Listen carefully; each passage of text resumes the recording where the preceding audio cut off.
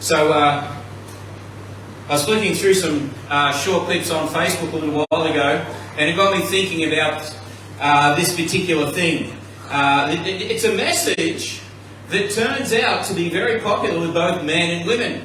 And sometimes, you see them, I don't know if you've seen these little clips where they show a little video clip and then there's somebody in the corner making faces or doing something or saying things. This time there was women going, yeah, you need to listen to this, women. And men saying, yeah, but I'm too scared to say you need to listen to this, women. So what we're going to do is have a listen to this clip, because it said something inside of me that was possibly not what other people thought. Okay, Adam.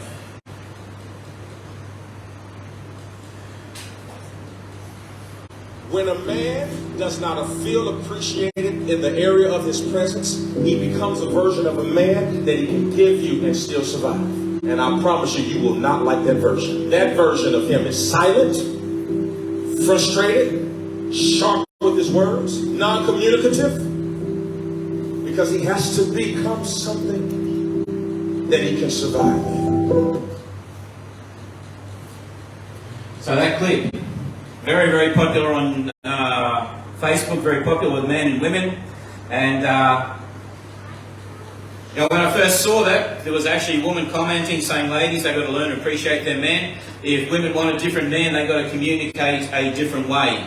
And I began to think about it, to think about times I withdrawn emotionally from Tanya, about times when I wasn't appreciated. And I'm smart enough to know now it's never a good idea for a husband to show his wife a video clip and tell her to do better.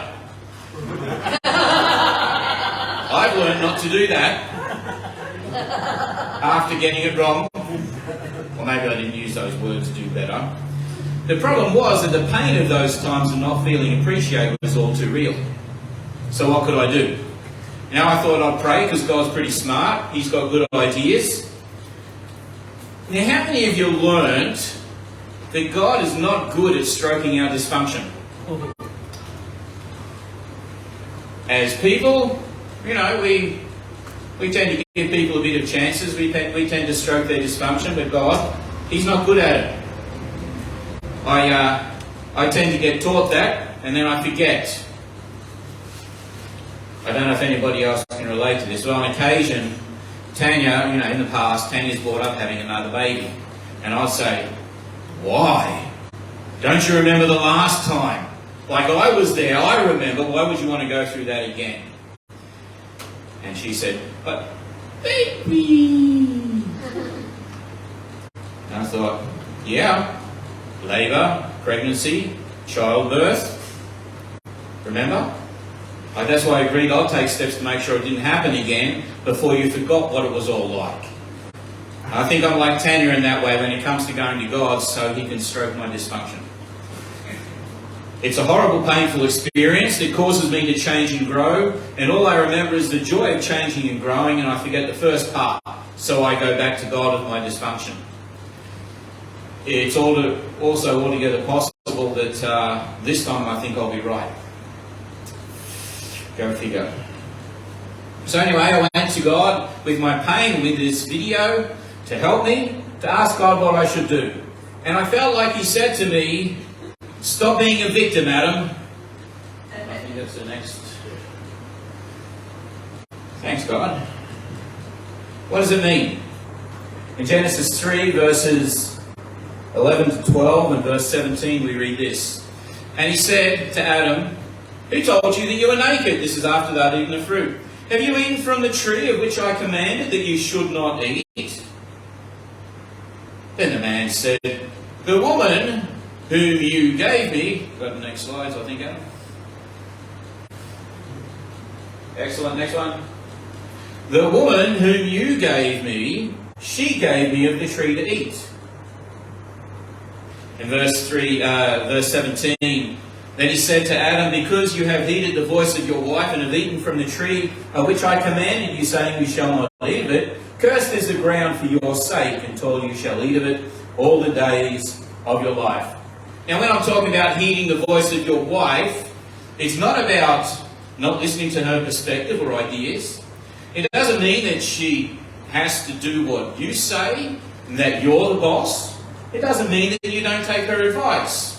Heeding the voice of your wife means that you place her opinion of you over God's opinion of you.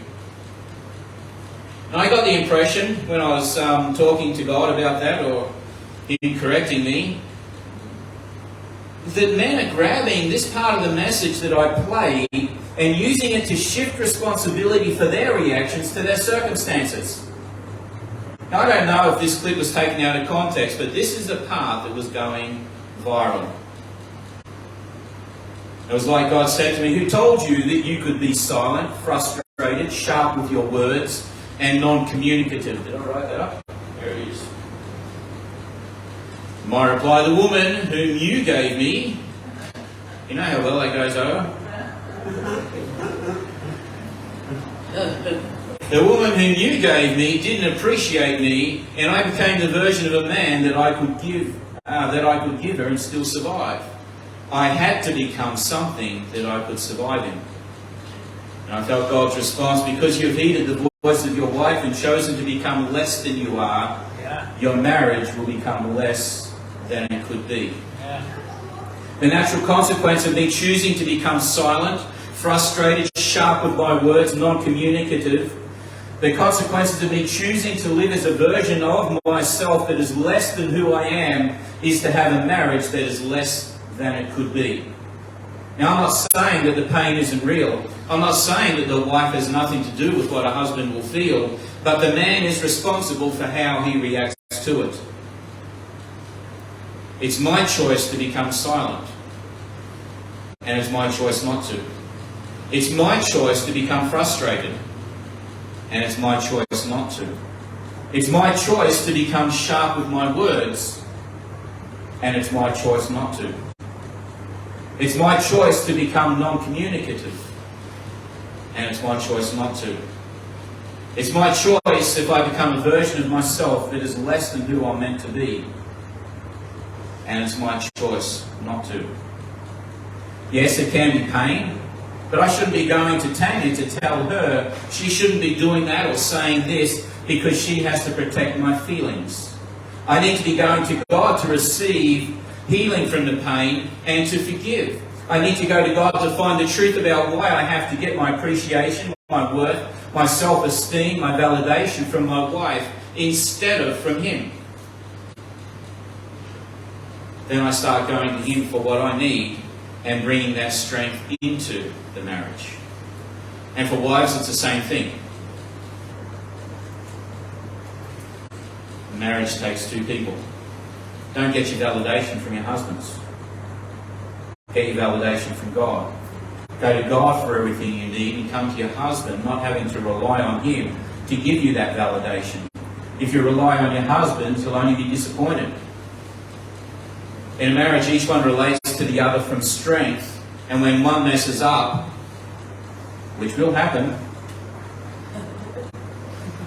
for me a lot, the other can choose how they respond. Will they choose to respond with love, or will they choose another way to react? If their validation is coming from God, it's easy to choose love. If you're single here, it's still no different. All of us encounter pain. We all encounter trauma, rejection, abuse, etc. I'm not saying it's not real. We get it from peers, we get it from teachers, we get it from friends, we get it from strangers and family. I'm saying that how we react to it is a choice, and it's a choice that's made easier when we go to God with the pain. I know there are people, single people, married people, who have become silent, they've become withdrawn, frustrated, sharp with their words, non-communicative.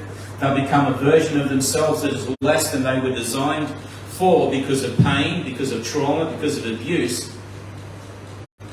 But what they do and what they become is their choice.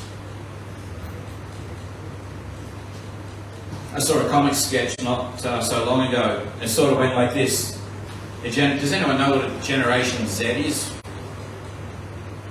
Generation Z, that's like the ones that come before this generation, so they're heading into their 20s around now. Does anyone know what a boomer is? Baby boomer? It's people like me. I'm a baby boomer. So a Gen Z worker walked up to a boomer co-worker and said, "I've got depression."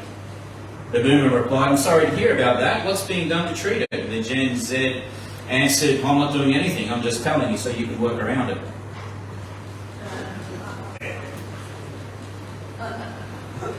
Now we seem to be in an age where it's all about how we feel. I'm depressed, I'm in pain, I've been abused, I've got trauma, and I'm not saying that it's not real, it is. I'm saying that sometimes we hold on to it like a badge. I'm saying sometimes we don't seek help for it, we don't take treatment for it, we don't work on it and we don't work through it. We just hold it up and expect others to compensate for it, to work around it, to put up with our responses because of the pain we're in. But our responses are our choices. And if we react badly, we need to apologise and set it right, not use our pain as an excuse for our behaviour. Joshua 24:15. This is sort of where I got this. It says, I didn't put part of it up there. "And if it seems evil to you to serve the Lord, choose for yourselves this day whom you will serve, whether the gods which your fathers served that were on the other side of the river, or the gods of the Amorites in whose land you dwell. But as for me and my house, we will serve the Lord." Choose this day who you will serve. Will you serve your pain, your trauma, your wounds, your wife, your husband, your peers, your family, your friends, your work? Or will you choose to serve the Lord? Have we made our wives or husbands, families, friends, work, strangers, our pains or traumas, have we made our wounds idols? Have we put them in a position where their opinion is more important than God's? Or will we serve the Lord? Will we seek Him first? When we serve the Lord, we can get ourselves in order. And when I say get ourselves in order, I mean, man, if you need to go to counselling, get counselling. If you need to get on medication, get on medication. If you need to do whatever you need to do, seek God. Find out what He wants you to do. Go and do it. Get yourself in order. Serve God first. And when we get to that place, then we're going to be able to better serve others. So we're not victims of our circumstances. We always have a choice. We might not like the consequences of the choice, but we always do have a choice. Now let's just say I get a fine to pay. Do I say I have to pay a fine? Well, honestly, I don't have to. It's just that if I don't, there's an unpleasant consequence. But it's still my choice. There's still a choice. What's your choice? What's your payoff? And Dr. Phil says that. A lot of people continue in behaviours that are not necessarily good for them because they get a payoff from that behaviour. What's the payoff? Why do you keep doing the things that you know aren't good for you? Because you do get something out of it. There's always a choice. And sometimes choosing to do something else can be hard, but it's still a choice. In Matthew 5:38 through to 41 we read this. "You've heard it, that it was said, an eye for an eye and a tooth for a tooth. But I tell you not to resist an evil person, but whoever slaps you on your right cheek, turn the other to him also. If anyone wants to sue you and take away your tunic, let him have your cloak also. And whoever compels you to go 1 mile, go with him too." And here's one way to interpret this. I'm sure there's a lot of different ways, but here's just one way that I saw. So in this verse, Jesus is telling us not to be victims. He's telling us we can choose how we'll react in these circumstances. If someone slaps you, rather than seeking revenge against them down the track, choose to take another hit. You've got to put it into the context. I won't go into the full context of it, but basically that's what it's saying. Instead of going after them to seek back what you believe is yours, like an eye for an eye, forgive. If someone is suing, that doesn't mean don't protect yourself if they attack you, okay? It doesn't mean just stand there. This is talking about seeking revenge at a later date. If someone is suing you, first up, consider what you've done in order to be sued in the first place, then choose to do what is necessary to make it right with that person. If someone is making you work instead of muttering about being forced to do something, choose to do more than they expect. Don't be a victim, make a choice. Choose this day how you will respond. I gave a message at school last year about the words we choose, and words can be powerful. Sometimes we forget how much we're blessed. It's good to use words like get to instead of have to. Let's have a listen to this clip. Let's listen to the words.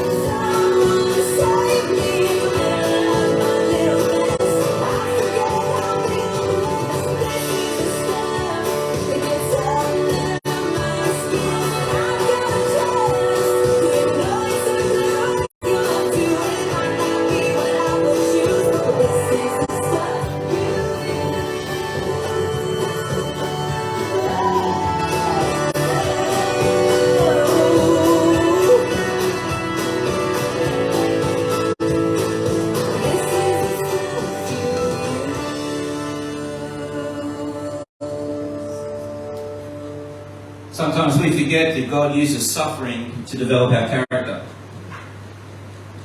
He uses the things that other people say and do to us to show us what it is that's lacking in our life so we can go to Him and have Him do some healing and do some restoration, and so that we can grow and develop because of that. We forget that. And sometimes we forget how much we're blessed. Sometimes we start talking about having to do things instead of getting to do things. I have to go to work. I have to find my keys. I have to take the kids to sport. I have to watch a chick flick with my wife. I have to stay home this weekend and do some work around the house. I have to go to church. See, we can make a choice though. What if I put get to instead? How different does it sound? I get to go to work. Thank goodness I've got work. How many people don't? I get to find my keys. It means I've got a car. How many people don't have cars that are reliable. I get to take your kids to sport. I've got kids. They can do sport. And they like doing sport. I get to watch a chick flick with my wife. I've got a wife. She wants to spend time with me. I get to stay home this weekend and I get to do work around the house. I've got a home. There are people who don't. I'm physically able to do the work. Some people aren't. I get to go to church. I live in a country where I'm freely allowed to go to church, the church I choose, without fear of persecution, imprisonment and death. Some people aren't. Sometimes I forget how big I'm blessed and I make poor choices. What choices do you get to make? What choices will you make? What choices will I make? Every day we have choices in front of us that can bring life or death to our hearts, our spirits, our lives, our relationships. Do we choose death? Do we choose not to be responsible for our actions? Do we choose to blame others for what we do? Do we choose to blame our circumstances for our behaviour? I like this little thing Sid the Sloth says. You haven't seen it. It's good. Might have to put this one up a little bit. No thanks. I choose life. No thank you. I choose life. Choose life. I can keep making the same decisions I've always made and my life is not going to improve. I choose life. Or I can choose life. I can choose to be responsible. I can choose not to blame others for my behaviour. I can choose what I do with the pain that I receive. It's our choice. John 10:17-18 says this, "Therefore my Father loves me, because I lay down my life, that I may take it again. No one takes it from me, but I lay it down of myself. I have power to lay it down, and I have power to take it again. This command I have received from my Father." Jesus chose to lay his life down. No one took it from him. Jesus wasn't killed. Jesus chose to die.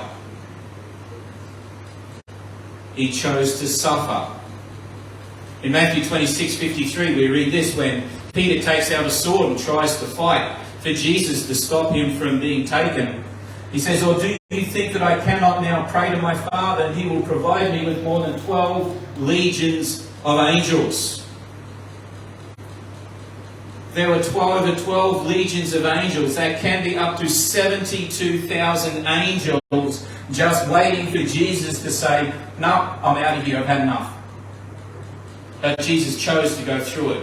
Now, I don't know if you're aware, I think it was one angel, maybe two angels killed 150,000 men in one night. What do you think 72,000 angels can do?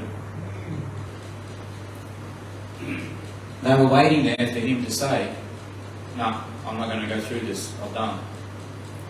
But he chose not to. Jesus chose to suffer and die, and we can make choices. Jesus chose that day to forgive. He chose that day to love. He chose that day to obey the Father, to not react to his circumstances. Have we got communion? Yeah. If we could hand out communion, that would be fantastic. So today I encourage you, choose this day. Choose today to stop looking to others for what we need. Choose today to be responsible and accountable for our actions, no matter what the other person has done. Choose today to no longer be a victim. Choose today to be the people we were designed to be. Choose today to not to let our pains dictate our behaviour. Choose today to run into the arms of our God to find out what we need there. People will always let you down. People are always going to hurt us. People are fallible. One of the things I find is that pastors get put up on pedestals. And people have expectations of pastors. Well, we're going to disappoint you. We're going to let you down. We're not going to do things the way that you might want us to. We're going to fail you. It's not that we're going to try to. It's just that we do. God is the only one who will never let you down. He's the one that we need to rely on.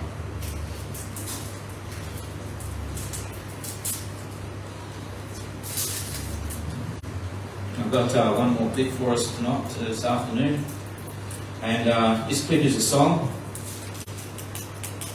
And really it's a song of God speaking to us. It's a song about God saying, won't you accept my help? Won't you come to me? Stay with me. Let me hold on to you. Take my hand. Because when we do that, then we can choose. We can choose right. We can choose good. We'll have that power to do it. So if we could listen to that song, really. This one's louder.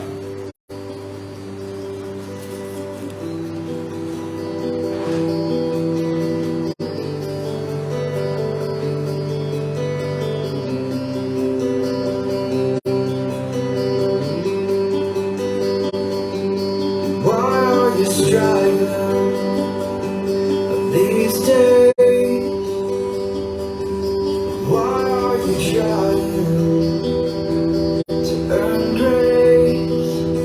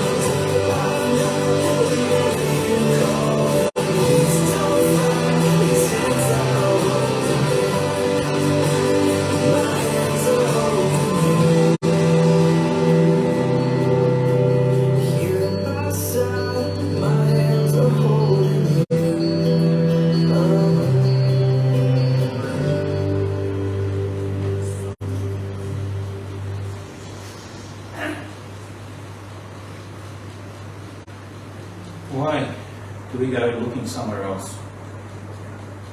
Why do we go looking to people? Why do we go looking to things, to work? Why do we go looking there when we have Jesus Christ, when we have God the Father, when we have the Holy Spirit? Choose this day. Choose. Will you choose Jesus? Will you choose God? Because He's the only one that's reliable. If you haven't, you can eat and drink.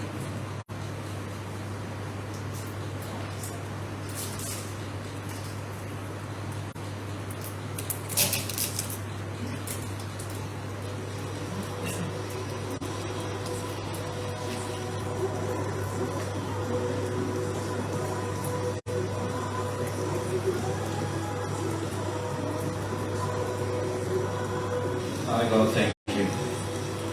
Thank you that we can trust you, we can rely on you. And thank you for your Son, Jesus Christ. That in Him we can enter a relationship, that He has done it all. We choose you today. We choose you. We choose you, and we thank you that you're going to help us choose life. We choose life in you. We choose life with our words. We choose life with our reactions and our responses. And even in the midst of the pain and trauma that we've faced through life, even through rejection and wounding, through failure, through so many other things, God, in the midst of that, we come to you. We don't look to others for our validation. We look to you. We come to you to be able to forgive. We come to you to be able to love. We come to you to be able to be whole. We come to you for healing. We come to you for all that we need, because you are our answer. You are the way, the truth, and the life. In the name of Jesus Christ. Amen. We're going to